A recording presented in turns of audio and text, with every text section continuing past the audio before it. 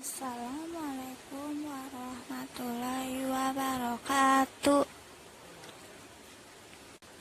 Nami Abi Ajeng Nu Fitria, kelas 12 TKP hiji. Nginteun manehna jongjong ngeunteun, netep imut kana bagian-bagian beungeut jeung awakna. Imut kerung jebi. Ih, geus cenggis deui geuning, tanda cinta teh. Tanda cinta nu tara bisa dibeuleut teh. Hehe, jerawat. Mane beureum kieu, pencet kitu. Sieun peuri, antep wae.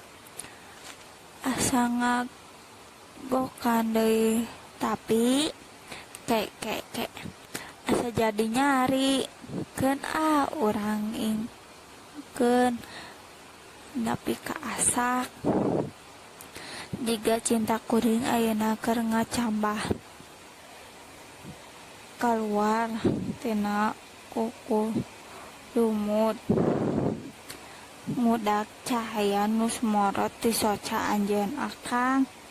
Muah, nya bener jadi panyari geuning. Panyari kana beungeut kuring nu cek batur mah ngala kaindung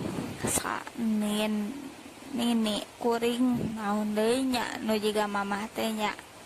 Oh nya biwir jeung buuk jika kembar cenah kuring jeung mamah teh. Da kuring mah teu kungsi tepang. Ajeuna kabujengan ngantunkeun mugi ditampi iman Islamna, diasih ku Gusti Nu Maha Suci.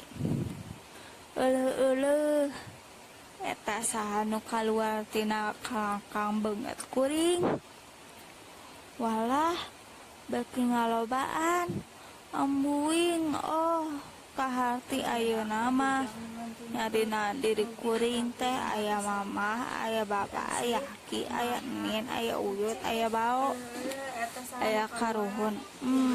Nya aya walungan cinta nu ngembat panjang deui, panjang pisan ngaliwatan abad-abad kahirupan eta walungan teh ngocor ti Rama Adam jeung Ibu Hawa. Terus karuhun kanini aki kaindung bapa. Terus ngamuara dina diri kuring, moal dikotoran, moal digegeuleuh. Mugi Gusti ngapangajaring ka diri abdi. Ayeuna mah hate kuring keur majehna bunga cinta maka dina dada bareng jeung jalan